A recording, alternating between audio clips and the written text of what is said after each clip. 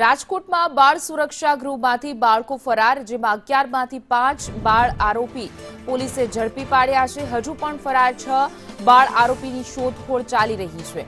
2 લીંબડી અને 2 વિરમગામથી બાળ આરોપી ઝડપાયા છે। પોલીસ દ્વારા અલગ અલગ 13 ટીમો બનાવી તપાસ હાથ ધરવામાં આવી રહી છે। ગઈકાલે 11 જેટલા બાળ આરોપી જે ફરાર થઈ ગયા હતા તેને લઈને પોલીસનો ધમધમાટ અને સીસીટીવીની મદદથી શોધખોળ હાથ ધરવામાં આવી છે। 6ની શોધખોળ 5ની શોધખોળ થઈ ગઈ છે, જ્યારે અન્ય 6ની શોધખોળ કરવામાં આવી રહી છે। 5 બાળ આરોપી જે છે એને પોલીસે પકડી લીધા છે, જ્યારે હજુ પણ અન્ય 6 બાળ આરોપી ફરાર છે, જેની પોલીસ શોધખોળ કરી રહી છે।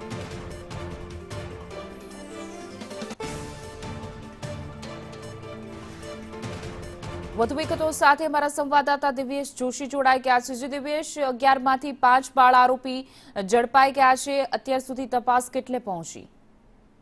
ચોક્કસ એના વાત કરવામાં આવે તો જે રાજકોટનું બાળ સુરક્ષા ગૃહ છે કે તેમાંથી એક સાથે એક બે નહીં પરંતુ 11 બાળ આરોપી ભાગી જતા જે સિક્યુરિટી છે તેના ઉપર સવાલો ઉઠ્યા હતા।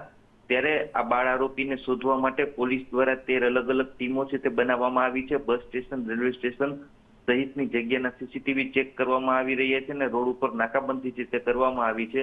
ત્યારે 11 પૈકી એક બાળક છે તે પાકિસ્તાની હતો અને તે પરત આવી ગયો હતો। તેને ક્રાઇમ બ્રાન્ચ છે તે તપાસના કામે સાથે લઈ ગઈ હતી, જેના આધારે 2 બાળક છે તે લીંબડીથી ઝડપાયા છે અને 2 બાળક છે તે વિરમગામથી ઝડપાયા છે। 11 પૈકી કુલ 5 બાળકો છે તે ઝડપાઈ ચૂક્યા છે, જ્યારે 6 બાળકોને શોધવા માટે પોલીસ દ્વારા અલગ અલગ સીસીટીવી અને જે હ્યુમન ઇન્ટેલિજન્સના આધારે તપાસ છે તે શરૂ કરી દેવામાં આવી છે અને 6 બાળકો ટૂંક સમયમાં ઝડપાઈ જાય તેવી પોલીસ દ્વારા શક્યતા છે તે વ્યક્ત કરવામાં આવી છે। હિના જી દિવ્યેશ, સમગ્ર માહિતી બદલ આપનો આભાર।